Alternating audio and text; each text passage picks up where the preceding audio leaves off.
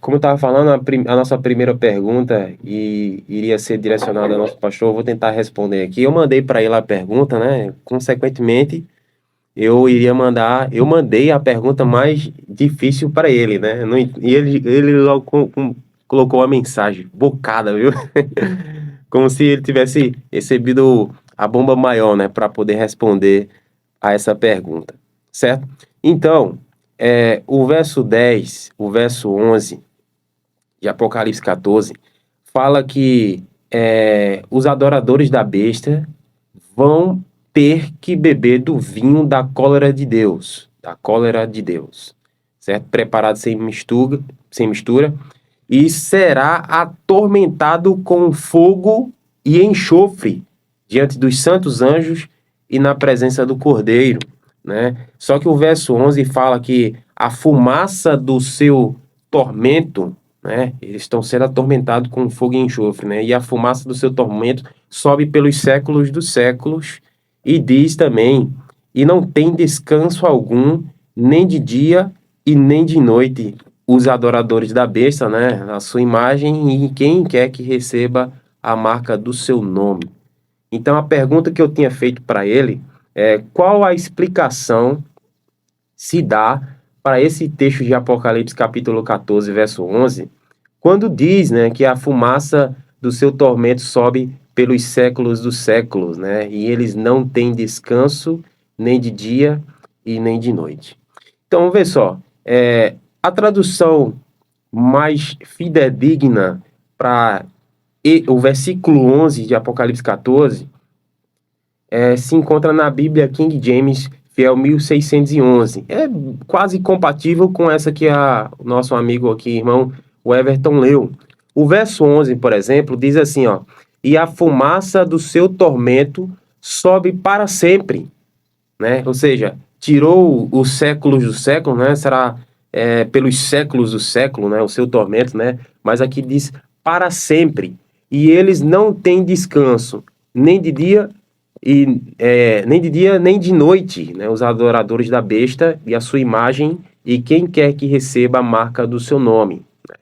Então, a gente vai entender o que é esse para sempre nas escrituras, né? Quando a Bíblia fala, né, para sempre, será que é sempre mesmo, sempre e eternamente, ou é sempre até quanto dure, né? Bom, o castigo dos adoradores da bestas. Eles são atormentados com fogo e enxofre diante dos santos anjos e na presença do Cordeiro. Quando esse tormento será infligido, né? Essa é a pergunta. Será que vai ser no juízo final, né? Após o milênio, né?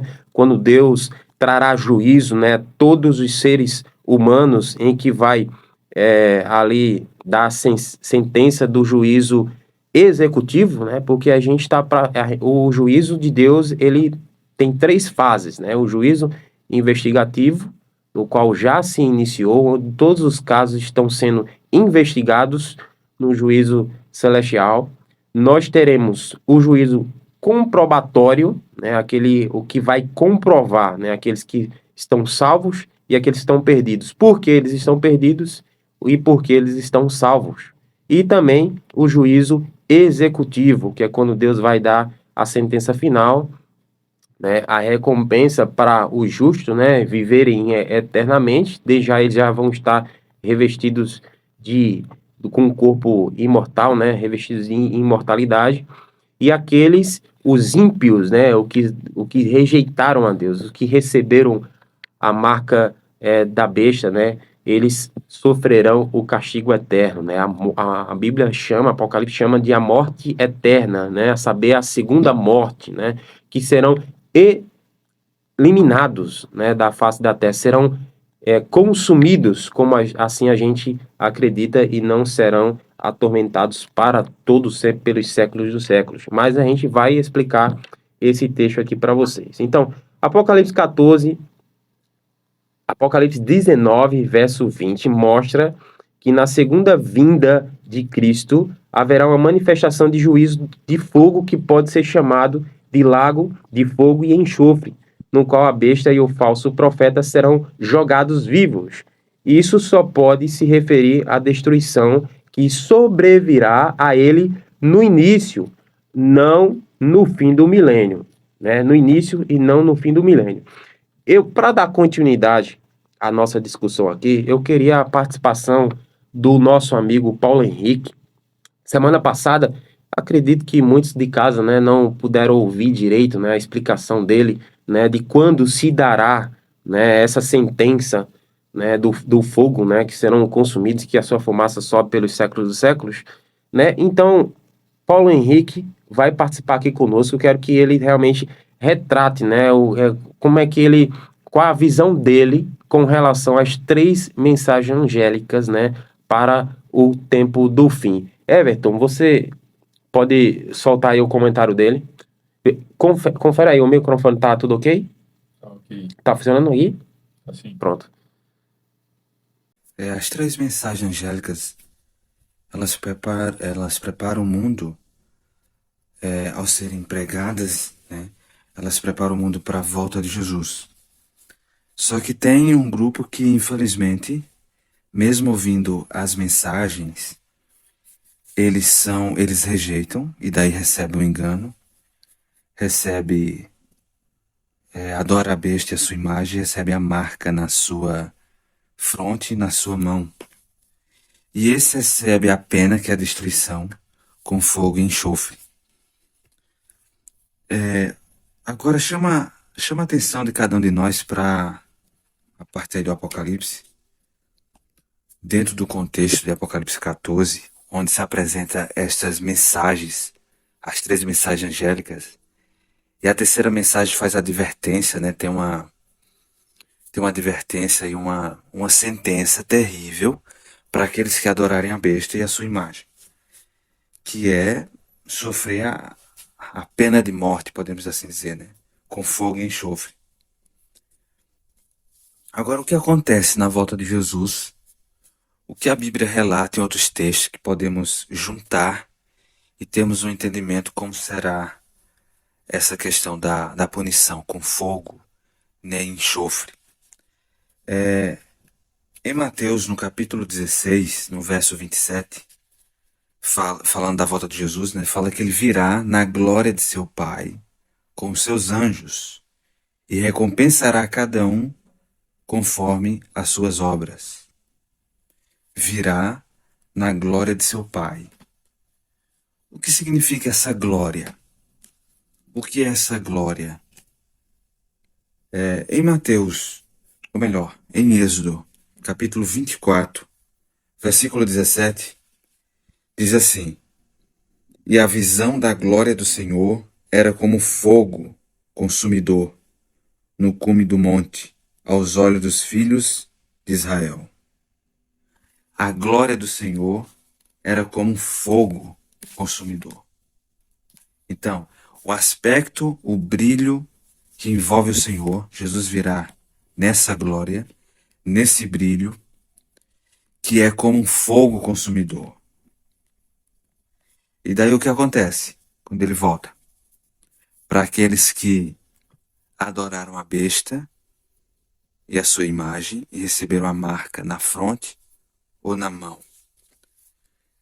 Em 2 Tessalonicenses, no capítulo 1, no verso 7 e no verso 8, o verso 7 diz assim: E a vós outros que sois atribulados, alívio juntamente conosco, quando do céu se manifestar o Senhor Jesus com os anjos do seu poder, em chama de fogo.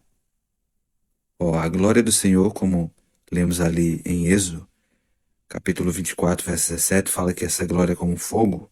Aqui diz, né, que ele vem, né, em chama de fogo, tomando vingança contra os que não conhecem a Deus e contra os que não obedecem ao Evangelho de nosso Senhor Jesus. Interessante notarmos que conhecer a Deus, tem um texto lá na primeira carta de João, 2,6, se eu não me engano, ou é 2,4, que fala diz assim, né? Que aquele que diz que o conhece, mas não guarda seus mandamentos é mentiroso. A vingança será com aqueles que não conhecem a Deus e que não obedecem ao Evangelho. Então, para o grupo que não obedeceram os mandamentos de Deus, mas seguiram a besta, aceitaram essa adoração falsa, receberam a marca, que está em contradição aos mandamentos de Deus, inclusive ao quarto mandamento da lei de Deus, eles sofrem esse juízo, a vingança. E os que não obedecem ao Evangelho. A primeira mensagem angélica começa falando que vi outro anjo pelo meio do céu, tendo o Evangelho eterno a proclamar a cada nação, tribo, língua e povo, dizendo: teme a Deus, e esse temer a Deus corresponde o que? A guardar todos os mandamentos, né? Salomão fala isso, né? Porque é um dever de todo homem, né? Guardar os mandamentos de Deus. Ou seja, isto é temer a Deus. Então, vemos que o texto tem total ligação, né, com aquilo que vai suceder no final, com aqueles que rejeitaram o Evangelho eterno, que não conheceram a Deus, isto é, que não obedeceram aos seus mandamentos. Estes sofrerão penalidade de eterna destruição, verso 9 diz aqui, de 2 Tessalonicenses, melhor dizendo. Eles sofrerão penalidade de eterna destruição, banidos da face do Senhor e da glória do seu poder. Serão destruídos. Agora o apóstolo Pedro, ele diz também algo bem interessante quando fala da volta de Jesus, quando ele diz assim, em 2 Pedro capítulo 3, versículo 7, ele faz menção, e no verso 7, ele diz assim: ora, os céus que agora existem e a terra, pela mesma palavra, têm sido entesourados para fogo, estando reservados para o dia do juízo e destruição dos homens ímpios. Aí o verso 10 diz assim: virá, entretanto, como ladrão o dia do Senhor, no qual os céus passarão com estrepitoso estrondo e os elementos se desfarão abrasados. Também a terra e as obras que nela existem serão atingidas. Os elementos se desfarão abrasados, diz o verso, serão queimados. O verso 12 diz assim: esperando e apressando a vinda do dia de Deus, por causa do qual os céus incendiados serão desfeitos e os elementos abrasados, queimados, se derreterão. Agora, pensa aí, tudo isso acontecendo na volta de Jesus. Sofrendo penalidade, né, de eterna destruição, os que adoram a besta, a sua imagem, fogo. O apóstolo Pedro fala que essa punição que eles recebem, a terra e as obras que nela existem serão queimadas e se derreterão. Então, este planeta aqui, este mundo se torna um lago, né, de fogo. Ok, terminou aí, Paulo Henrique, né? Então, ótima explanação. Então, quando é que se dá o cumprimento desta profecia, né? Que vai ter ali a pregação, a mensagem das 3 mensagens angélicas, né? A última mensagem, né? Para aqueles que adorarão. Então, o mundo vai ser dividido em 2, né? Os adoradores da besta que receberam a sua imagem, e também aqueles adoradores de Deus, né? Que guardam seus mandamentos e têm um selo do Deus vivo. Certo? Então, Jesus virá, né, como prometido, né, ele vai vir com todo poder e glória, né, a destra de Deus, com todos os seus anjos, com canglô de trombeta, né, os mortos em Cristo ressuscitarão, os vivos que ficarem seremos transformados no abrir e piscar de olhos, né, e seremos arrebatados para o encontro do Senhor nos ares, né, os santos, né, aqueles que foram realmente redimidos pelo sangue do Cordeiro, e aqueles que realmente os ímpios, né, que não receberam o selo de Deus vivo, né, antes eles se rebelaram contra o Deus verdadeiro, eles serão consumidos pela manifestação da vinda do Senhor. Então, quando o Senhor vir nas nuvens dos céus, eles serão consumidos, né? Eles serão um fogo, né? Porque a Bíblia fala que Deus é um fogo, né? Um fogo abrasador que ele vai, o pecado ele vai, como se ele tivesse, como se ele fosse, quando ele estivesse molhado, né? Com gasolina, né? E ali ateasse fogo, né? E as pessoas vão queimar na presença do Cordeiro, né? E também na presença dos anjos, né? Como diz o texto, né? Eles serão atormentados com fogo e enxofre que vai consumi-los, né?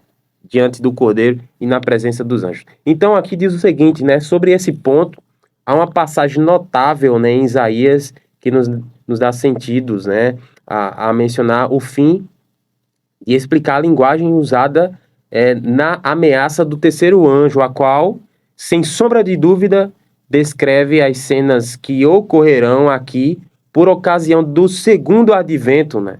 E no estado desolado da terra durante os mil anos, né? Então acreditamos que Jesus virá, vai levar os seus escolhidos, os ímpios serão atormentados com fogo, né? Vai acontecer calamidades na terra, né? Além deles serem destruídos pelo fogo, também vai acontecer muitas calamidades, terremotos, tsunamis, né? Porque os anjos, né, que seguram ali os quatro ventos da terra não vão mais estar segurando os ventos, né? Que ventos em profecia quer dizer destruição, né? Então a terra vai estar em um verdadeiro caos, né?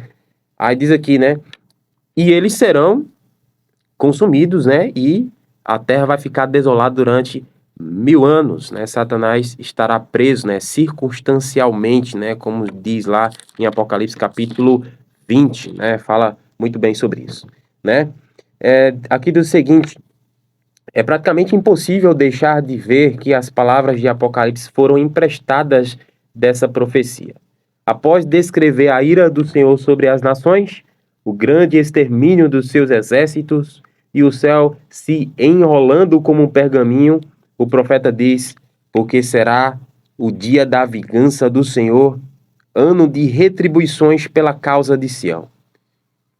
Eu queria fazer uma referência aqui, porque João, ele pegou, né, o que está descrito ali em Isaías 34, verso 8 a 10, né? Então ele usou o mesmo termo, né, de dia e noite, né, a sua fumaça que vai subir para sempre, com o que aconteceu lá em Sião, né, os ribeiros de Edom, né? A gente vai ler o texto, pegue sua Bíblia aí, Isaías capítulo 34, verso de 8 a 10, que diz o seguinte: porque será o dia da vingança do Senhor, ano de retribuições pela causa de Sião. Os ribeiros de Edom se transformarão em piche, e o seu pó em enxofre. Olha só, a sua terra se tornará em piche ardente. E olha o que diz o verso seguinte: nem de dia e nem de noite se apagará. Subirá para sempre a sua fumaça. De geração em geração será assolada e para todo sempre ninguém passará por ela. Então, uma profecia emitida, né, para Edom, né, uma profecia, né. Aí eu pergunto para você, porque aqui ele usa essa mesma linguagem aqui de Apocalipse 14, né? Nem de dia, nem de noite se apagará o fogo, né? E fala que subirá para sempre a sua fumaça, para sempre. Eu pergunto para você, tá lá Edom sendo queimado até os dias de hoje? A sua fumaça está subindo até os dias de hoje? Logicamente que não, né? Então, é uma linguagem que João usou, né? Que ele pegou lá de Isaías, né? Mas não que literalmente, né? A sua fumaça sobe, né? Vai subir para todo sempre e nem o fogo vai se apagar, certo? A gente pode usar também a profecia que foi emitida lá em Jerusalém, dizendo que eles vão queimar os seus palácios, né, o templo, né, as portas, o muro serão derrubados e os seus portões serão queimados com fogo que não vai se apagar. A profecia justamente se cumpriu também e nem por isso os portões lá de Jerusalém estão queimando até o dia de hoje, né? Então é uma linguagem que a Bíblia usa, mas não que seja um fogo que vai estar queimando, né? Sem parar por toda a eternidade e a gente contemplando essa cena. É ilógico pensar dessa forma. Por isso que se a gente literalizar o livro de Apocalipse, a gente vai cair num erro muito grande. E é isso que Satanás quer, né? Existe até uma história para a gente Uhum. ilustrar isso, né, Gleison? Ok. E conforme os estudos que a gente faz, a gente tem algumas histórias para ilustrar a situação. Vamos citar, por exemplo, duas pessoas fictícias, José e Daniel, onde José passava por um período muito grande de dificuldades e não conseguia comprar um material escolar para seu filho. Uhum. Então, José, a saída que ele viu, ele queria que o filho dele fosse estudar, ele não admitia que o filho dele ficasse sem o estudo. A saída que José viu foi roubar um livro, um material escolar e dar para seu filho. José, mais na frente, os policiais viram e prenderam José com 50 anos de cadeia. Por outro lado, a gente tem Daniel, onde Daniel ele é um maníaco, um psicopata, Uhum. onde sente prazer em torturar as pessoas antes de matar. Então, Daniel, ele também foi acusado com 50 anos de cadeia. Você acha justo Daniel e José terem a mesma quantidade de anos e o mesmo De castigo? pena, né? O meu castigo. A mesma pena, o mesmo castigo pelos crimes que foram feitos? Seria até ilógico, né? Nem na justiça humana daria essa mesma proporção para penalidades diferentes, né? Para pecados diferentes. A gente tem texto bíblico para isso, onde Jesus cita pecados maiores e pecados menores, como é no caso de João, capítulo 19. Então, você pode ver aí agora, abrir a Bíblia, para a gente fazer a leitura junto. Em João, capítulo 19, versículo 10 e 11. Disse-lhe, pois, Pilatos: Não me falais a mim? Não sabes tu que tenho o poder de te crucificar e para te soltar? E responde Jesus: Nenhum poder tereis contra mim, se de cima te não fosse dado, mas aquele que me entregou a ti, maior pecado cometeu. Nesse momento, Jesus foi entregue a Pilatos para que Pilatos desse a sentença de morte a Jesus. E Jesus fala: Pecado maior cometeu quem me entregou a ti. Pois é, né? Então, Jesus faz uma distinção entre o que seria um pecado menor e um pecado maior. e a gente vai ver isso também em outros versículos, né? Essa distinção. Naquele que fez mais mal, né? Receberá muitos açoites, né? E outro receberá menos açoites, né? Então, Isso. parece até que há uma gradação, né? Aqueles que pecaram mais, né? Vão receber muitos açoites, né? E o que pecaram menos receberá a mesma condenação serão consumidos pelo fogo, né? Porque não houve salvação para eles, mas que parece-me que vai haver uma proporção, né, de castigo, né? Uns serão castigados mais e outros serão castigados menos, né? É isso o que eu vejo, né? A gente tem isso lá em Deuteronômio 25, 2 e 3, versículo 2 e 3. E será que o justo merecer açoites, o juiz fará deitar ou fará açoitar diante de si, quando bastar pela sua injustiça, por certa conta. 40 açoites lhe fará dar, não mais, para que porventura, se lhe fizer dar mais açoites do que estes, teu irmão não fique eu vencido aos teus olhos. Eles estão falando aí de uma pena que eles costumavam dar antigamente de açoites, onde duas pessoas eram um exemplo, onde duas pessoas brigaram e as duas vai ser ali condenado um e solto o outro. E de acordo com a penalidade do seu crime, ele vai levar um número maior de açoites, e no máximo 40 açoites, onde Jesus também não deixa matar alguém por açoite. Então, é ilógico, é irracional você pensar que existe um castigo divino onde Jesus vai pegar você, colocar, por exemplo, no inferno, como é pregado em muitas igrejas, e fazer você sofrer eternamente por um pecado que você cometeu aqui. Alguém pode até indagar, né? Eu não pedi para existir, o Senhor me trouxe a vida, é certo que Ele me deu a liberdade, o livre-arbítrio, né? Se eu vou escolher a Ele ou não, Mas é como se Deus tivesse assim, ó, você me escolhe e eu vou queimar você por toda a eternidade. Então você não tem, tipo assim, escolha, né? Não, então escolher o Senhor. Então, é uma mensagem errada, né, a ser pregada. É como se eu tivesse pregando assim, ó, venha para Cristo, porque senão você vai ser queimado, né? Que não, senão você vai ser. Então, a mensagem é como se fosse uma mensagem de medo, né, para as pessoas. Se você não aceitar Cristo, você vai ser. Como se Deus castigasse. É um Aham. Deus de castigo, é um Deus de ira. Pois é. A Bíblia fala que Deus é vida, né? E aqueles que não se apegam a Deus, eles simplesmente vão morrer, né? Vão deixar de existir. Mas não que vão ser queimados por toda a eternidade, né? Eu queria que depois. Nós temos outros textos para Aham. mostrar isso. Lá em Salmos, capítulo 30, versículo 5. Porque a sua ira dura só um momento no seu favor, e esta vida, o choro, pode durar uma noite, mas a alegria vem pela manhã. Muito bem. A ira de Deus dura só um momento. Eu. Ele não vai deixar você sofrer eternamente como é pregado em muitas igrejas. Pois é. Eu vou. Lá em Quer falar? Salmos, Pode falar? Pode falar. em Salmos, capítulo 136, versículo 2, diz: Louvai a Deus, o Deus dos deuses, porque a sua benignidade é para sempre. Ótimo, ótimo. Eu vou pedir, Everton, que depois eu vou te passar uns textos para você ler aqui pra gente, né? Não sei se tá aí você separou para ler aqui pra gente, mas eu vou te passar aqui.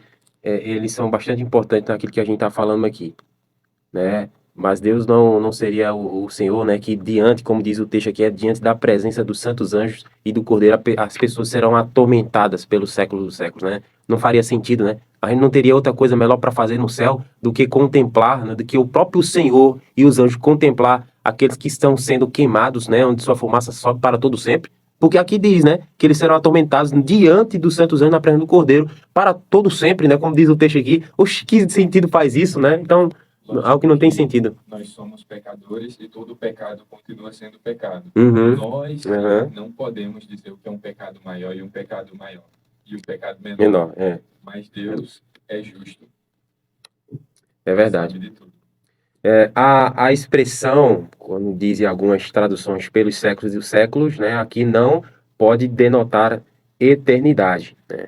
A palavra aion, aqui traduzida por séculos, é definida por Velius, em seu léxico grego, na seguinte forma: uma era, um longo período de tempo, duração indeterminada, tempo, seja mais longo ou mais curto, né? Então aqui essa palavra aqui no grego, né? Ela traduzida, né? Ela não pode determinar algo que seja realmente por toda a eternidade, algo que nunca vai ter fim, né? De forma literal, né? Mas denota tudo isso aqui que eu falei para vocês, né? Para uma discussão sobre o significado desse termo, vê a obra intitulada, tá em inglês aqui, eu não, mas quem quiser a referência eu posso passar para vocês. Uma segunda pergunta, queria que depois Everton voltasse conosco aqui na leitura de alguns outros textos, mas essa outra pergunta aqui, ela era direcionada para o nosso amigo Edenilson, né, que também não pôde estar presente aqui conosco, mas a pergunta que eu tinha feito para ele é: que paralelo podemos fazer ou exemplos podemos dar para essa explicação de Apocalipse 14, verso 10 e o verso 11, né? Que exemplo a gente pode dar? Então, se você for lá em Judas, né, preste atenção, você vai lá em Judas, né? Porque as pessoas usam, né? A Bíblia fala, né? Jesus falou, né? Do fogo eterno, né? Do fogo que não se apaga, tal. E lá em Judas, no versículo 7, também fala de um fogo eterno, né? Como, por exemplo, você pode ler aí comigo, leia comigo aí. Assim como Sodoma e Gomorra e as cidades circunvizinhas, que da mesma maneira deram-se à fornicação e seguiram após a carne estranha, após carne estranha, foram postas como exemplo, sofrendo a vingança do fogo eterno. Então, repare bem, sofrendo a vingança do fogo eterno. Aí eu pergunto para você, Sodoma e Gomorra está até hoje, queimando até os dias de hoje, né? Eu nunca fui lá, para as regiões de Sodoma e Gomorra, né? A gente temos o Rodrigo Silva, né, que tem passeado pelas regiões lá, e ele encontrou, né, cinzas, né? Até hoje a gente pode encontrar as cinzas, né, que sobraram, né, das cidades, porque foi assim que aconteceu, né? A cidade pegou fogo e se transformou em cinzas, né? As cidades não estão queimando até o dia de hoje, né? Foram exemplos, foram postas como exemplos, sofrendo a vingança do fogo eterno. Estão queimando até hoje?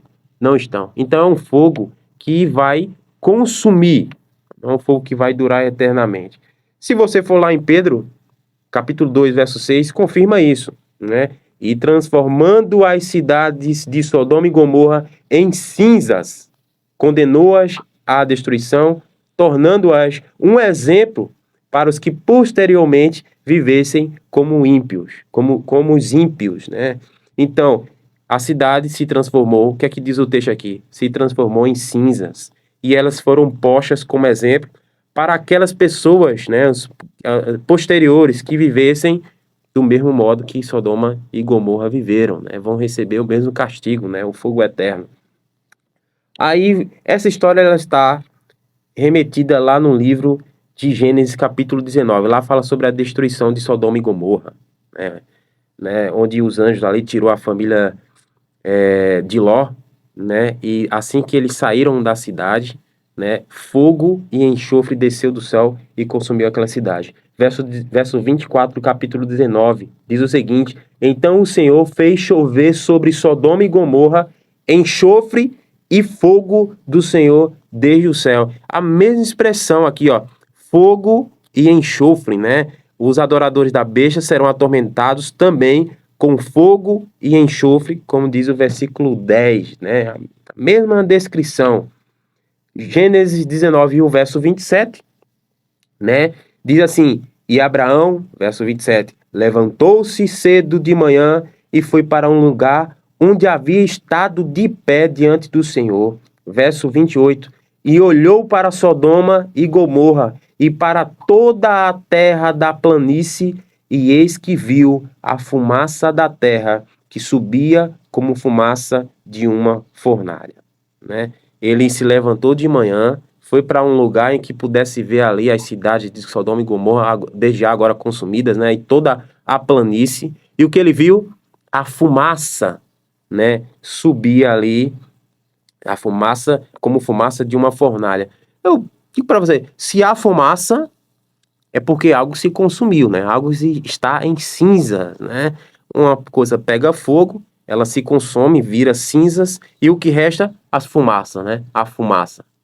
Então, é a mesma coisa como está descrito aqui em Apocalipse capítulo 14, do verso 11. Então, esse é o exemplo que a gente pode dar aqui para você, ouvinte, né? Exemplo de Sodoma e Gomorra. Agora, eu não sei, temos a terceira pergunta aqui, mas eu poderia partir aqui, voltar aqui para o Everton, já que o nosso tempo está bem curto aqui. E se der tempo, eu volto para a pergunta 3. Eu vou pular para a pergunta 4, né? O castigo será eterno ou o castigo será proporcional? Eu queria que o Everton lesse os últimos textos que eu mandei para ele, começando com Oséias capítulo 12, verso 2, né? Tu tá com ele aí, Everton? Então tu vai ler pra gente aí, pode ler na sequência, dando ênfase essas partes que tá mais em negrito, para que o pessoal de casa possa entender. O castigo será eterno ou o castigo será proporcional? Você pode ler os textos pra gente? Vamos lá. Em Oséias, capítulo 12, versículo 2. O Senhor tem uma acusação contra Judá, e vai castigar Jacó de acordo com os seus caminhos, de acordo com as suas ações, lhe retribuirá. Então, aí já diz tudo, né? O castigo vai vir sobre Jacó, né? De acordo com o quê? Suas ações. Com seus caminhos e também com as suas ações, né? Fechou. Mas pode continuar. Temos mais textos também. Em Mateus, capítulo 16, versículo 27.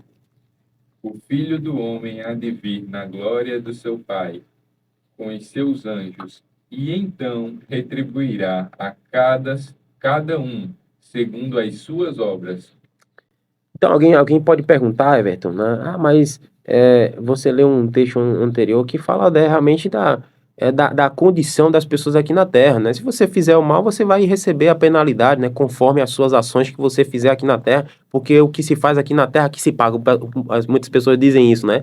É um Mas, ditado popular, né? mas os textos que você está lendo, fala-se por ocasião da vinda, né? Do último dia, né? No dia do juízo, que é o que a gente está vendo Onde quem fez boas ações será retribuído retribuído igualmente. e quem fez más ações será retribuído proporcionalmente também. Proporcionalmente também, né? Ok.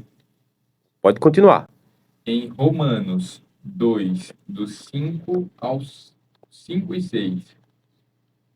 Contudo, por causa da sua teimosia e do seu coração obstinado, você está acumulando ira contra si mesmo para o dia da ira de Deus, quando se levantará o justo julgamento de Deus e retribuir a cada um conforme o seu procedimento. Então, quando isso vai acontecer? No justo julgamento de Para Deus, você né? que acumula ira. Exatamente. E ele vai retribuir a cada um conforme o quê? O seu procedimento. O seu procedimento. Então não tem lógica, né? Você dizer assim, não, se você, por mais que você tenha vivido, uma pessoa que vive 10, 15, 20 anos, uma pessoa que viveu 50, 60, 70 anos de pecado, né? Vai receber uma condenação que de igual modo um fogo que vai consumir por toda a eternidade. Nenhum juiz, por iníquo que ele seja, injusto que ele seja, ele nunca retribuiria uma ação, uma condenação, né, como esta, né? Você matou a família, né, estrupou, né, a mulher, tal. Agora você vai estar sob condenação eterna, né? Nós vamos agora fazer você sofrer por toda a eternidade.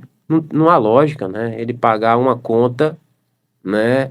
Uma conta dessa, né? Nenhum juiz, por iníquo que ele seja, como eu falei aqui, ele emitiria uma sentença como essa, né? Nós que somos maus, né? Como diz a Bíblia, sabemos dar boas dádivas aos nossos filhos, quanto mais o Pai Celestial, né? Então, pode continuar. Se quiser comentar também. Tem mais textos, né? Em 2 Coríntios 11, versículo 15. Não é surpresa que os seus servos finjam que são servos da justiça. O fim deles será o que suas ações merecem. Muito bem, A gente muito bem. tem também Apocalipse 22, 12. Eis que venho em breve, a minha recompensa está comigo, e eu retribuirei a cada um de acordo com o que fez. Ele diz que eis que vem em breve, né? E vai retribuir a cada um de acordo com o que fez. Com o que Todo fez. mundo entendeu que o castigo ele é proporcional. Que ele é proporcional. Não existe, não tem como. Uhum. Tem mais textos? Tem mais textos? Nós temos mais textos. Então, pode ler, pode ler. Em Salmos 28, do 3 ao 4. Não me dê o castigo reservado para os ímpios e para os malfeitores, que falam como amigos com o próximo, mas abrigam maldade no coração. Retribuí-lhes conforme os seus atos, conforme as suas más obras. Retribuí-lhes o que suas mãos têm feito, e dá-lhes o que se merece. Pois é, até eu acredito que o salmista foi quem escreveu esse salmo, né? Ele disse, ó, não me deixe, Senhor, né? O castigo está reservado para os ímpios e para os malfeitores, né? O próprio Davi disse, ó, retribui-lhes conforme os seus atos, né? Conforme as suas más obras, retribui-lhes, né? O que as suas mãos têm feito e dá-lhes o que merecem, né? Aí o Senhor chega para Davi e diz, olha, eu vou dar o fogo eterno para eles, vão estar queimando por toda a eternidade, pelo esse mal que ele está fazendo aí com vocês, né? Aí o Davi vai dizer, não, pera aí, Senhor, eu estou dizendo que o Senhor para o Senhor retribuir conforme as suas obras, né? Não é porque eles pecaram, realmente eles fizeram maldades, realmente merecem receber o castigo, as punições, mas espera aí, né? Receber o fogo eterno. Nós temos na Bíblia a primeira vez onde foi citado em que você não morreria por um pecado, em que você continuaria vivo. Isso foi dito a uma pessoa que foi feita perfeita. Uhum. Isso foi dito a Eva, em Gênesis 3, versículo 4. Então a serpente disse à mulher: certamente não morrerás. Eva, ela não foi criada para morrer. Eva tinha uma vida perfeita. Eva era imortal. Imortal. E a serpente falou para ela que ela não morreria se ela cometesse o pecado. Enquanto Deus disse que morreria, né? Enquanto Certo disse que morrerá se comer do fruto. Pois é. Então, é uma ideia que vem sendo distorcida na cabeça das pessoas para que elas aceitem de uma forma diferente. desde a criação, né? Então, se de fato, a gente acreditar, né, de que a alma não morre, né, que ela será lá atormentada por toda a eternidade, então Satanás estava certo, né?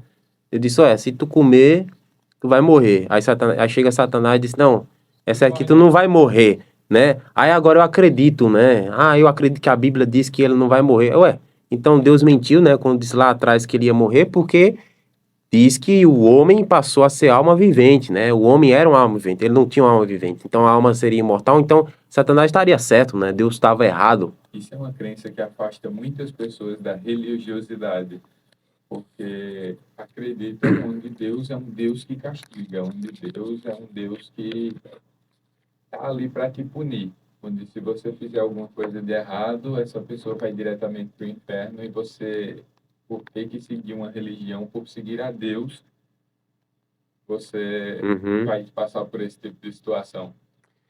Ok.